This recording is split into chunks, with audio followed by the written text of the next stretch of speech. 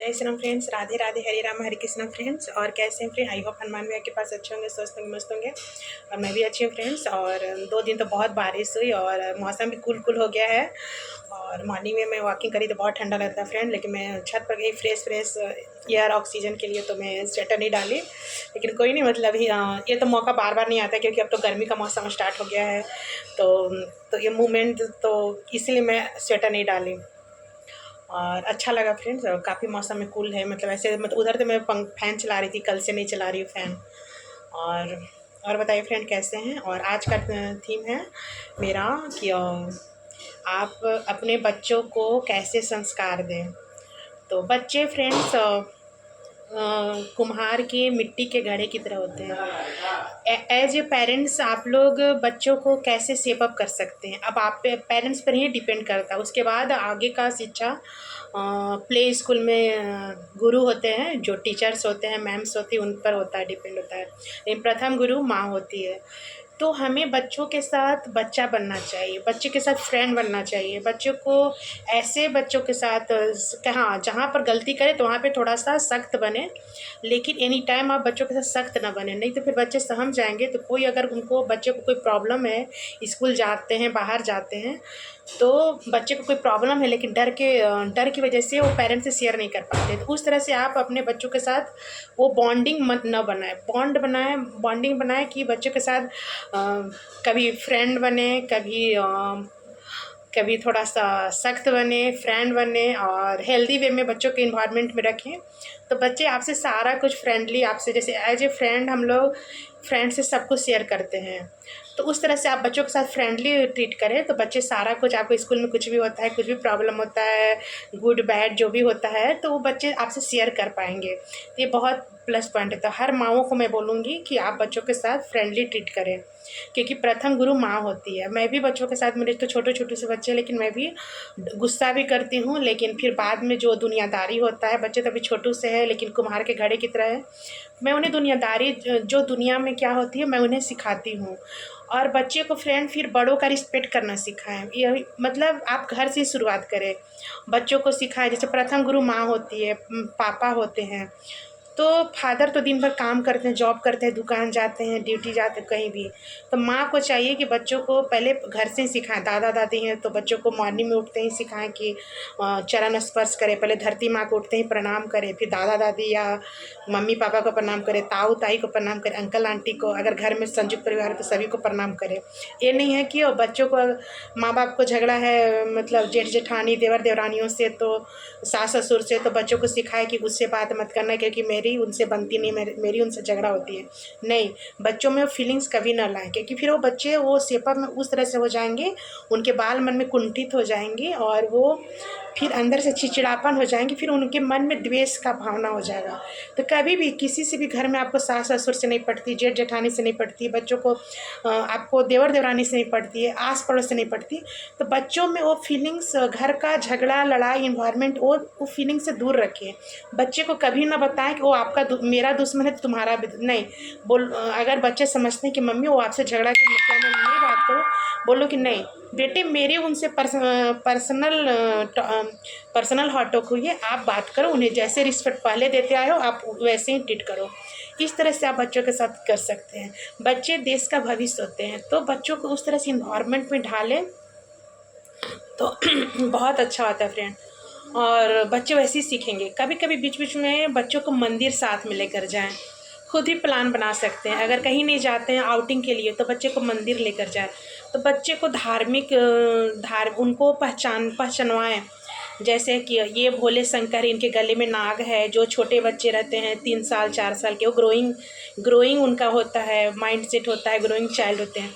उनको पता है कि ये शंकर भगवान है, इनको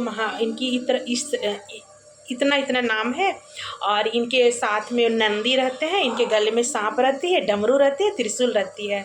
ये बजरंगबली हनुमान जी बोलते हैं। ये इनका फेस जैसे हनुमान जी हैं, तो ये रेड कलर के रहते हैं, इनकी पूंछ होती है। इस तरह से बच्चे कौतूहल में पूछेंगे कि मम्मी ये रेड कलर के क्यों है, ये देवी देवता है तो इनकी पूंछ क्यों है। तो उनसे गुस्सा न करें, उन्हें सारा बताएं, क्योंकि वो उनको भी पता नहीं है। धीरे धीरे बच्चे स्कूल जाएंगे, कॉलेज जाएंगे, तो सारा कुछ सीख जाएंगे। तो इस तरह से आप बच्चों को धार्मिक रुचि रख सकते, जगा सकते। बीच बीच में बच्चों को जिस भी धर्म को आप मानने वाले हैं, हिंदू, मुस्लिम, सिख, ईसाई, तो उस तरह से बच्चों को धर्म ग्रंथ पढ़ाए, जैसे बाइबिल पढ़ाए, हनुमान चालीसा पढ़ाए, और सिखों में जो भी होता है धार्मिक गुरु होता है, मुस्लिम भाई में होता है, तो बच्चों को उस तरह से शेप अप करें, बच्चों को रुचि जगाएं, लोगों को हेल्प करना सिखाएं। बच्चों को घर में है कि पक्षियों को आप दाना देते तो बच्चों को भी सिखाएं कि दाना पानी किसी को भूखा नहीं छोड़ना चाहिए, कीड़े मकोड़े को मारना नहीं चाहिए, किसी जीव हत्या नहीं करनी चाहिए। इस तरह से आप बच्चे को एक प्रथम गुरु माँ होती है, तो मैं हर माँ को बोलूँगी। उसके बाद पापा होते हैं, पापा तो करते ही हैं बच्चे को शेप अप करने के लिए, वो तो रात दिन मेहनत करें, तो प्रथम गुरु तो हर माँ को मैं कहूँगी, रिक्वेस्ट करूँगी बच्चों को इस तरह से आप ग्रोइंग चाइल्ड, मीन बड़े बच्चे तो होते हैं, लेकिन हाँ बड़े बच्चों को भी सीखना बहुत ज़रूरी। उन्हें दुनियादारी बताइए कि जो नया नया जैसे मोबाइल चला है तो चिट चैट करते रहते हैं, तो उन्हें सिखाएं कि अभी जब तक तुम लाइफ में कुछ ना अचीव करो तो ये सब चिट-चैट बंद करो। क्योंकि बच्चे का वो टीनेजर होता है ना, तो उन्हें कुछ वे अपने आप को फ़िल्मी हीरो, फ़िल्मी हीरोइनें समझने लगती हैं, कॉलेज गोइंग होते हैं। उन्हें दुनियादारी की पता नहीं है कि जब तक हाथ में पैसे नहीं आएँगे तो खाएँगे क्या? अगर मजनू बनेंगे, शादी-वादी करेंगे भाग-भाग कर, तो खिलाएँगे क्या? उन्हें ये पता नहीं है। लेकिन अपने आप को मतलब सलमान खान या ऋतिक रोशन या और भी मतलब हीरोज़ का रूप लेंगे। अपनी या लड़कियां भी अपने आप को मतलब हीरोइने का जैसे हो जाएंगी, करिश्मा कपूर, कैटरीना कैफ, इस तरह से अपने आप को मतलब ढाल लेंगे, अपने आप को समझने लगेंगी, 2-4 इंग्लिश क्या जान जाएंगी लड़कियां भी। तो बच्चों को उस तरह से माँ को चाहिए कि फ्रेंडली, जैसे लड़के या बॉयज़ या गर्ल जो भी आपके घर में हैं, उन्हें फ्रेंडली बात करें कि बच्चे जब तक आप अचीव नहीं करो, ये शादी की एज नहीं है, और इस तरह से चिट चैट से दूर रहो, थोड़ा बहुत इस तरह से चिट चैट से दूर रहो, बल्कि लोगों का हेल्प करना सीखो। लाइफ में एम्बिशन रखो, टारगेट रखो कि हमें कुछ लाइफ में, बच्चे देश का भविष्य होते हैं, उन्हें सिखाइए कि आप देश का भविष्य हो, आपको लाइफ में कुछ अचीव करना है अच्छे के लिए। इस तरह से चिट चैट से आप दूर रहो, क्योंकि आप अभी टीनेजर में बहक जाओगे, एक कदम बहकने का रहता है, फिर आप किसी को घर पे लाओगे तो खिलाओगे क्या?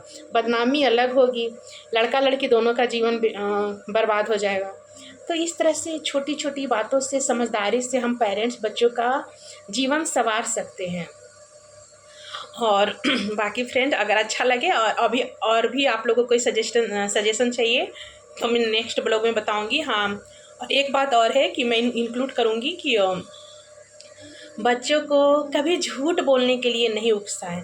अगर कभी बच्चे डर से, जैसे कोई गलत काम किए, बच्चे स्कूल में चोरी किए, कोई बच्चे को पड़ोस अड़ोस में मारपीट किए, स्कूल में मारपीट किए, चाहे होता है कोई बच्चे पेंसिल वगैरह छोटी छोटी चीज़ उन्हें पता नहीं है, लेकिन पेंसिल उनके लिए बहुत बड़ी हीरे जवाहरात से भरी होती है, तो पेंसिल चुरा लाए, तो उन्हें बोले कि बेटे कोई बात नहीं, आपसे गलती हो गई, लेकिन आगे ऐसी काम ना करें। उन्हें झूठ बोलने के लिए नहीं उकसाए कि कभी कोई माएँ होती हैं कि बच्चे कुछ चोरी करके लाते हैं, माएँ खुश हो जाती हैं और बदनामी के डर से बच्चे का सपोर्ट करती, बोलते जाने तो बच्चे, और चुप रह जाते। वैसे नहीं, बच्चे को थोड़ा सा वहाँ पे सख्त बने और थोड़ा फ्रेंडली ट्रीट करें कि नहीं बेटे, जिसका भी आप सामान लाए हो आप उन्हें रिटर्न कर दो, क्योंकि वो बच्चा अपना रो रहा होगा तो उसकी मम्मी बहुत पिटाई कर रही होगी।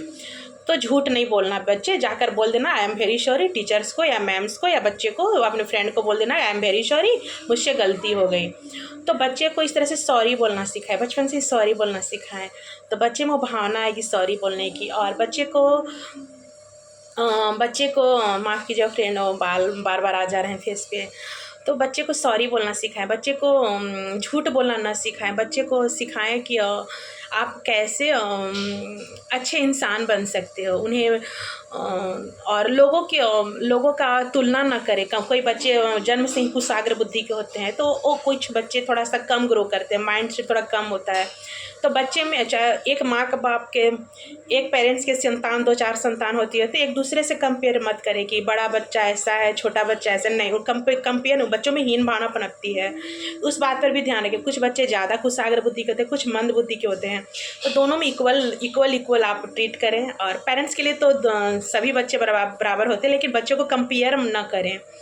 और बच्चे से जो भी काम करे बच्चे को अप्रिशिएट ज़रूर करें, और बच्चे को झूठ बोलना ना सिखाए। झूठ बोलना बड़ी बुरी बात है। हाँ, अगर आपके जान पर बनाए तब आप झूठ बोलेंगे तो वैलिड है, ईश्वर भी माफ़ करेगा। ये झूठ बोलना, इस बात पर मैं नेक्स्ट ब्लॉग में बताऊँगी कि झूठ बोलने की सज़ा क्या होती है ईश्वर के घर से।